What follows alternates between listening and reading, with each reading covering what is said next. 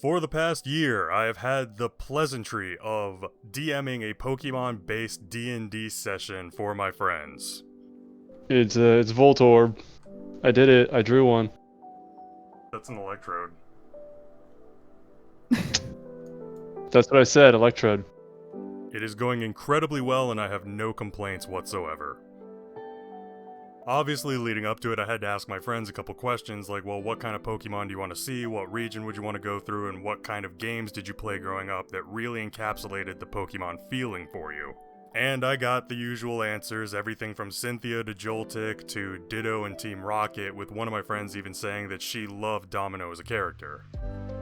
And while we're on that, shout out to anybody who knows about Annie Oakley, Attila, all those like side characters like Petrol and everybody. God bless, there's so many Team Rockets out there that just have so little screen time that deserve more. But regardless of what was said, the whole group agreed that Kanto would be a good starting place, then we could go to Sinnoh, Hoenn, Kalos, etc. from there. Needless to say that I had some studying to do in order to tie all of these stories together and start from here. So I got my hands on every piece of Pokemon media that I could get my hands on, and I started playing through and watching walkthroughs of some of the older games that my friends had brought up. And after the first two movies, I realized a huge glaring issue that I was going to have writing this story. Mewtwo sucks.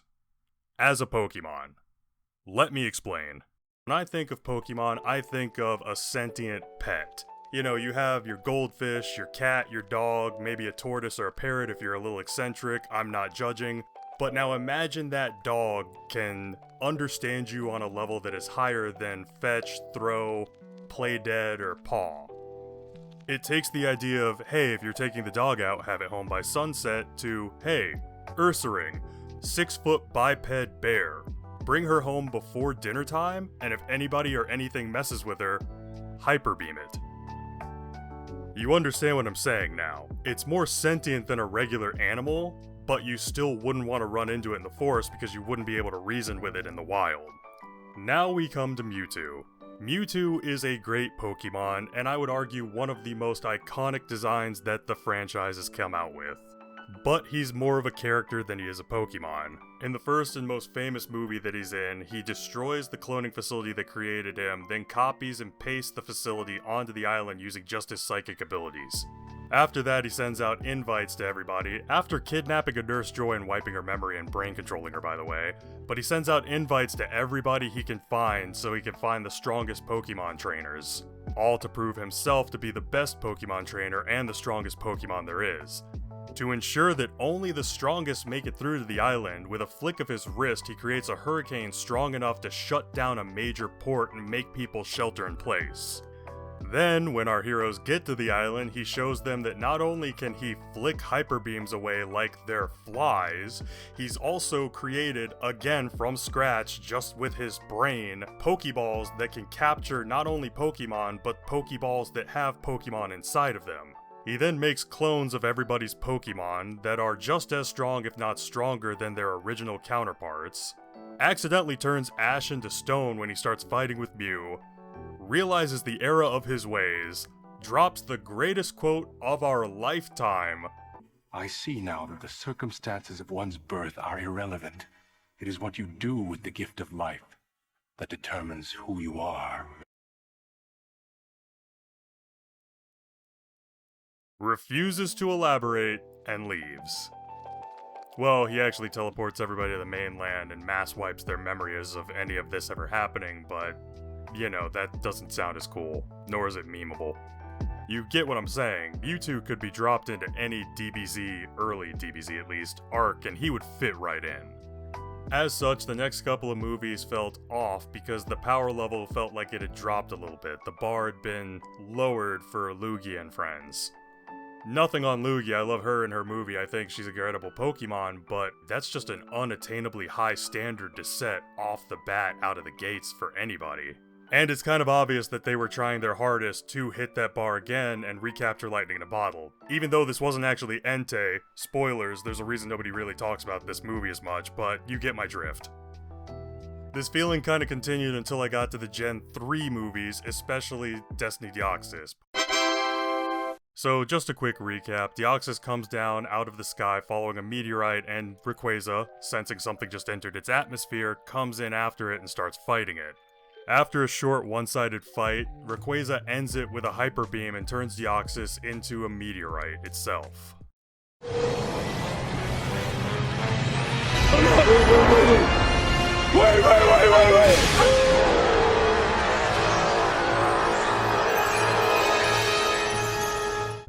The meteorite gets picked up by the researchers and brought back to quite possibly the coolest place in all of Pokemon, where it begins to communicate with one of the researchers' children in the form of manifested energy. Its friend in the Arctic, the original Deoxys that got hit with the Hyper Beam, eventually regenerates its body, and comes down after picking up these signals looking for its friend and signaling back with its own Aurora Borealis. What is happening in there? Aurora Borealis? Aurora Borealis! At this time of year, at this time of day, in this part of the country, localized entirely within your kitchen. Yes. May I see it? No. Rayquaza again, sensing something entered its territory, comes down to fight it, and the entire city goes haywire because of them. Oh no! Rayquaza is then smart enough to realize that the Deoxys are helping it instead of hurting it, and it flies off and leaves them alone. Seriously, it's one of the best Pokemon movies in my opinion, and I really suggest you go watch it. I'm not biased though. The point is that both Deoxys and Rayquaza have a level of animalistic instinct and sentience that I would consider makes a Pokemon. Deoxys was being maternal or having some kind of pack instinct, while Rayquaza was having a territorial dispute with something that entered its area. This animalistic instinct also helped the games with their story as well.